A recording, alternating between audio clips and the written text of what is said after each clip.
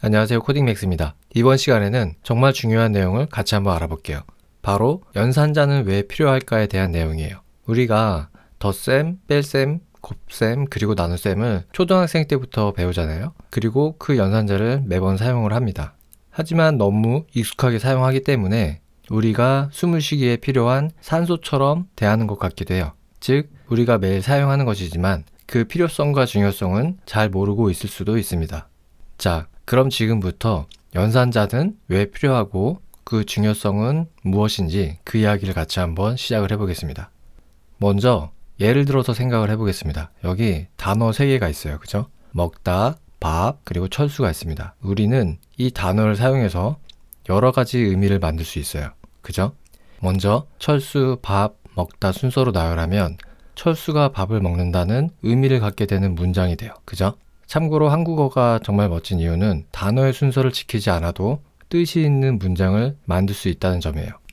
철수 밥 먹다 철수, 먹다 밥 철수, 밥 철수 먹다. 모두 철수가 밥을 먹고 있다는 의미를 이 문장을 읽는 사람에게 전달을 하고 있죠. 단순한 문장은 이렇게 순서에 상관없이 단어를 나열해도 의미가 만들어지지만 좀 더 정확하고 긴 문장을 만들기 위해서 우리는 조사와 서술어 변형, 그리고 접속사 등을 사용을 합니다. 즉, 문법 요소를 사용을 하죠. 자, 그래서 철수가 밥을 먹다. 철수는 밥을 먹었을까? 철수는 밥이 먹힐까? 철수는 밥을 먹었다. 그러고 나서 공부를 했다. 이렇게 어떤 조사와 서술어, 그리고 접속사를 사용하느냐에 따라서 의미가 달라지는 것을 알 수가 있습니다. 자, 철수, 밥, 먹다라는 3개의 단어, 즉 3개의 단어 데이터를 활용해서 문법이라는 연산을 적용했더니 새로운 의미를 갖는 또 다른 데이터가 만들어진 것이에요.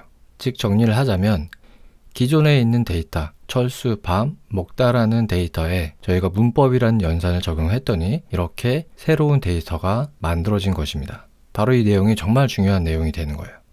저희는 단어와 단어를 연결해서 문장을 만들고 또 문장과 문장을 연결해서 문단을 만들고 그리고 문단과 문단을 연결해서 챕터를 만들죠. 그죠? 그리고 챕터와 챕터를 연결해서 책을 만들어요. 그리고 책과 책을 모아서 이렇게 인류의 지식이 되어 왔습니다. 즉, 기존 데이터에 연산을 적용해서 새로운 데이터를 만들어서 인류는 마치 빅뱅처럼 폭발적으로 성장하고 지식의 범위를 확장할 수 있었던 거예요. 만약에 단어만 있고 어떤 문법적인 요소가 없어서 저희가 문법을 적용할 수 없다면 이렇게 긴 글을 작성할 수 없고 의미를 정확하게 전달할 수 없었겠죠. 그러면 이렇게 매우 많은 지식을 많은 사람들과 공유를 하고 또 같은 세대를 넘어서 다음 세대에게도 전달해주고 물려주는 게 아마 불가능했을지도 모릅니다. 그렇기 때문에 단어와 단어를 연결하는 여러 가지 문법 연산들은 굉장히 중요한 거였어요. 그죠? 자, 연산자는 새로운 세상을 발견하기도 해요. 자, 여기에 이렇게 1-1을 하면 자연수 1에서 자연수 2를 빼는 것입니다. 그럼 그 결과가 -1이 나오는데 이 -1은 자연수 집합에 포함되지 않아요. 어디에 포함되느냐? 바로 정수 집합에 포함이 되는 것입니다. 이렇게 해서 자연수의 집합에 어떤 연산을 적용했더니 새로운 집합인 정수 집합을 발견하게 된 거예요. 그리고 이렇게 해서 수의 집합이 점점 확장이 된 것입니다. 그리고 무리수 집합의 발견에는 무서운 설화가 있기도 해요. 바로 피타고라스 법칙으로 유명한 피타고라스의 이야기입니다. 피타고라스 학파는 자연수를 굉장히 중시했다라고 합니다. 하지만 이 경우처럼 삼각형의 빗변을 자연수 또는 유리수로 표현할 수 없는 경우가 있습니다. 바로 이렇게 제곱하여 2가 되는 루트 2가 있어요. 루트 2처럼 무리수라는 새로운 수의 집합을 발견했는데 자연수를 중시했던 피타고라스 학파는 그 학파의 정체성이 파괴될까봐 피타고라스는 무리수의 존재를 은폐를 하려고 했다라고 합니다.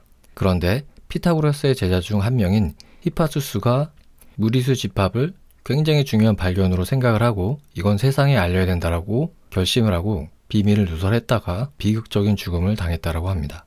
물론 이 이야기가 사실인지 아닌지는 정확하지 않아요. 하지만 이렇게 연산을 통해서 무리수라는 새로운 집합을 발견했고 그 결과가 시대에 따라서는 엄청난 파장을 일으키는 사건이 될 수도 있다는 거예요. 이렇게 수의 집합 A에 어떤 연산을 적용해서 그 결과가 같은 집합 A에 속하면 해당 연산은 집합 A의 닫혀 있다라고 말을 하고 결과가 같은 집합 A에 속하지 않고 다른 집합에 속하게 되면 해당 연산은 집합 A에 열려 있다라고 말을 합니다. 즉, 어떤 연산의 결과 해당 집합에 열려 있게 되면 바로 새로운 수의 집합을 발견하게 되는 것이에요. 이렇게 해서 우리는 자연수 집합 N부터 시작해서 실수 집합 R을 넘어서 복소수 집합 C까지 수의 범위를 확장을 할 수가 있어요. 그렇게 할 수 있었던 건 바로 집합에 속한 수에 어떤 연산을 적용해서 열림과 닫힘을 판단할 수 있었기 때문이죠. 그죠? 이처럼 이렇게 연산자를 사용하면 새로운 데이터를 생성할 수 있고 동시에 새로운 세상을 발견할 수도 있습니다. 그렇기 때문에 연산자는 정말 매우 중요한 것이에요. 자, 프로그램도 마찬가지예요. 다양한 연산을 통해서 주어진 입력을 바탕으로 의미 있는 데이터를 생성을 해서 출력을 합니다. 즉, 프로그램에서 이렇게 연산을 통해서 프로그램이 확장이 되고 또 확장이 되는 것이에요. 자, 우리가 프로그램을 할 때 연산자를 정말 숨을 쉴 때 필요한 공기와 같이 매우 익숙하게 사용을 합니다. 그런데 그 연산자에는 우리가 좀 더 깊이 알아볼 내용이 있어요. 지금부터 그 얘기를 한번 해보겠습니다. 자, 이렇게 연산에는 오퍼랜드와 그리고 오퍼레이터가 참여를 합니다. 오퍼랜드는 우리가 한국어로 항이라고 부르는 거예요. 그리고 오퍼레이터는 우리가 한국어로 연산자라고 합니다. 만약에 오퍼랜드, 즉 항이 하나만 필요하면 우리는 단항 연산자라고 하고요. 그리고 이렇게 오퍼랜드가, 즉 항이죠. 항이 두 개가 필요하면 우리는 이항 연산자라고 해요. 이렇게 항과 연산자들이 있을 때 하나의 연산을 이루는데요. 그 연산에 참여하는 이 오퍼랜드, 즉 항에는 연산에 참여하기 위해서 매우 중요한 조건이 있어요. 이항 연산자를 기준으로 설명을 드릴게요. 바로 연산에 참여하는 이 두 개의 항이 모두 같은 집합에 속해야 한다는 것입니다. 이게 정말 중요한 조건이 돼요. 그리고 프로그래머는 이 조건을 항상 기억을 하고 있어야 됩니다. 자, 왜 그런지 한번 같이 이야기를 해볼게요.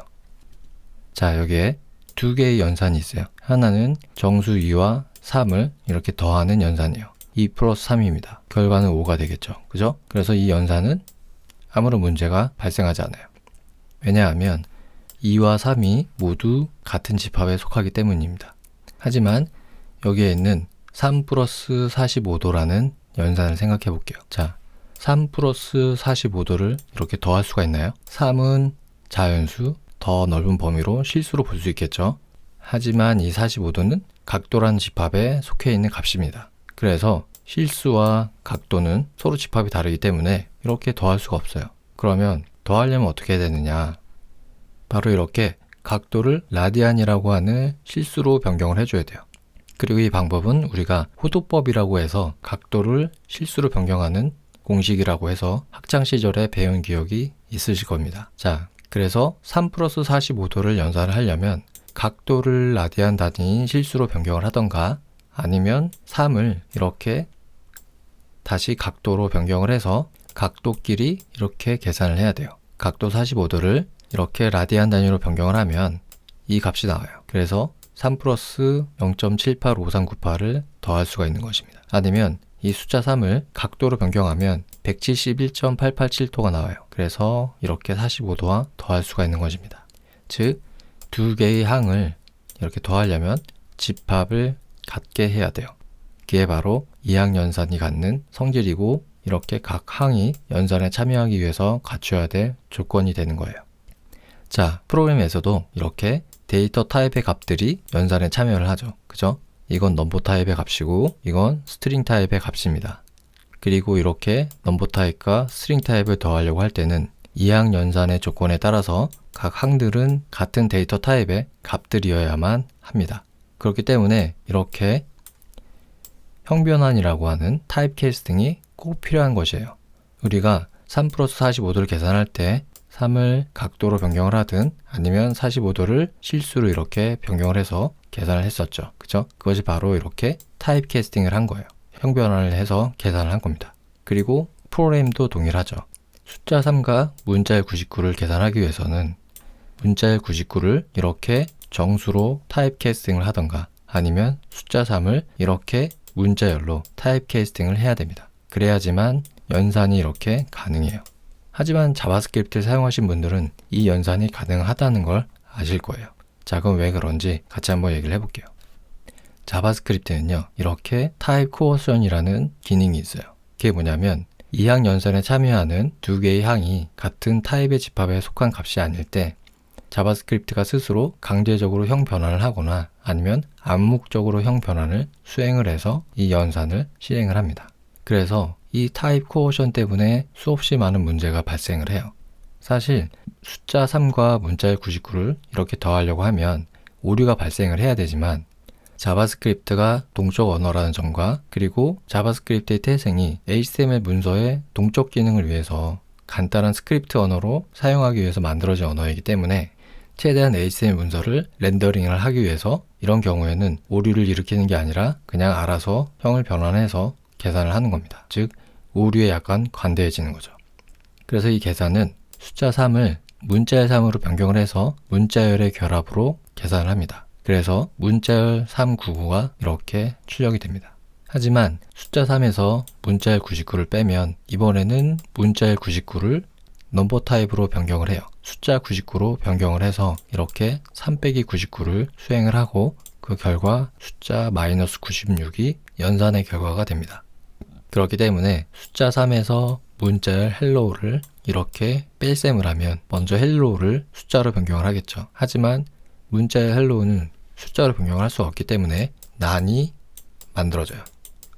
난은 나러 넘버의 줄임말입니다. 그래서 3 빼기 난이 되니까 이렇게 나러 넘버인 난이 결과가 되는 거예요. 따라서 자바스크립트나 다른 프로그램 언어를 사용을 하실 때 이렇게 어떤 연산을 할 때는 이전의 경우처럼 이렇게 항상 명시적으로 타입 캐스팅을 해주는 게 안전한 코드를 작성할 수 있는 방법이 되는 것입니다. 자바스크립트가 알아서 수행하는 이 타입 코어션에 절대 기대서 연산을 수행하시면 안 돼요. 반드시 적절하게 타입 캐스팅을 하는 습관을 꼭 가지셔야 됩니다. 자, 지금까지 연산자의 중요성을 같이 얘기를 해봤어요. 그리고 이항 연산의 성질도 같이 얘기를 해보면서 자바스크립트에서 연산을 할 때 어떤 점을 주의해야 되는지 그 점도 같이 알아봤습니다. 지난 시간까지는 프로그램의 구성 요소 중 데이터를 만들기 위한 여러 가지 데이터 타입들을 배웠어요. 그리고 이번 섹션부터 바로 알고리즘을 만들기 위한 연산자와 제어문을 배우게 됩니다. 우리가 만드는 알고리즘은 어떤 문제를 해결하는 방법이에요. 그리고 그 알고리즘은 이렇게 순차, 그리고 분기, 반복으로 구성이 되어 있습니다. 분기를 통해서 로직의 집합을 만들고 해당 로직의 집합을 순차적으로 실행하거나 아니면 반복적으로 실행을 해서 문제를 해결해 나가는 거죠. 그리고 이때 매우 중요한 점이 있습니다. 그게 뭐냐면 순차, 분기, 반복은 로직을 실행하면서 데이터를 만들거나 아니면 데이터를 사용하면서 즉 데이터를 바탕으로 다시 순차, 분기, 반복을 실행한다는 점입니다. 자, 코드로 한번 예를 들어 볼게요. 이 코드는 루프를 실행하면서 짝수와 홀수를 출력하는 간단한 반복문이에요. 먼저 포문을 이렇게 1부터 100까지 실행을 합니다. 그리고 여기에서도 여러 연산을 사용을 하죠. 그죠?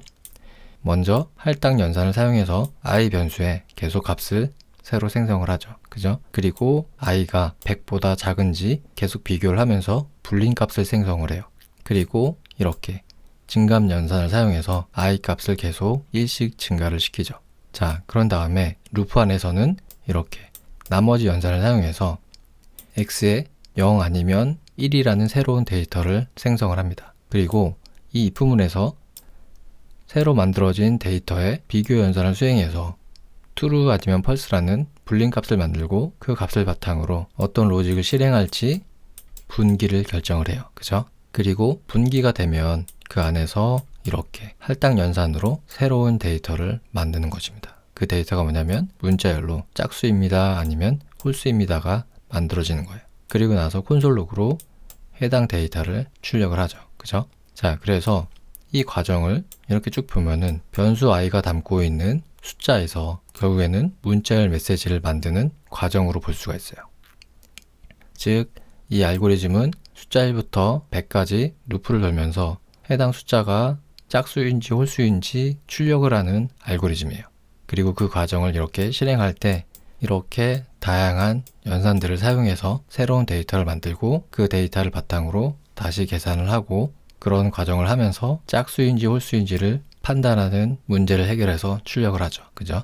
현재 이 루프는 굉장히 단순한 문제이지만 우리가 대부분 작성하는 복잡한 문제들도 이렇게 다양한 연산을 사용해서 새로운 데이터를 만들고 그 데이터를 바탕으로 판단을 하면서 또 새로운 데이터를 만들고 그걸 바탕으로 계속 분기와 반복을 실행하면서 문제를 해결합니다. 자, 정리를 해보면 연산자는 데이터를 바탕으로 연산을 수행해서 새로운 데이터를 만들고 새로운 데이터를 바탕으로 로직을 실행해서 문제를 해결하는 알고리즘을 만들 수 있게 해주는 것입니다.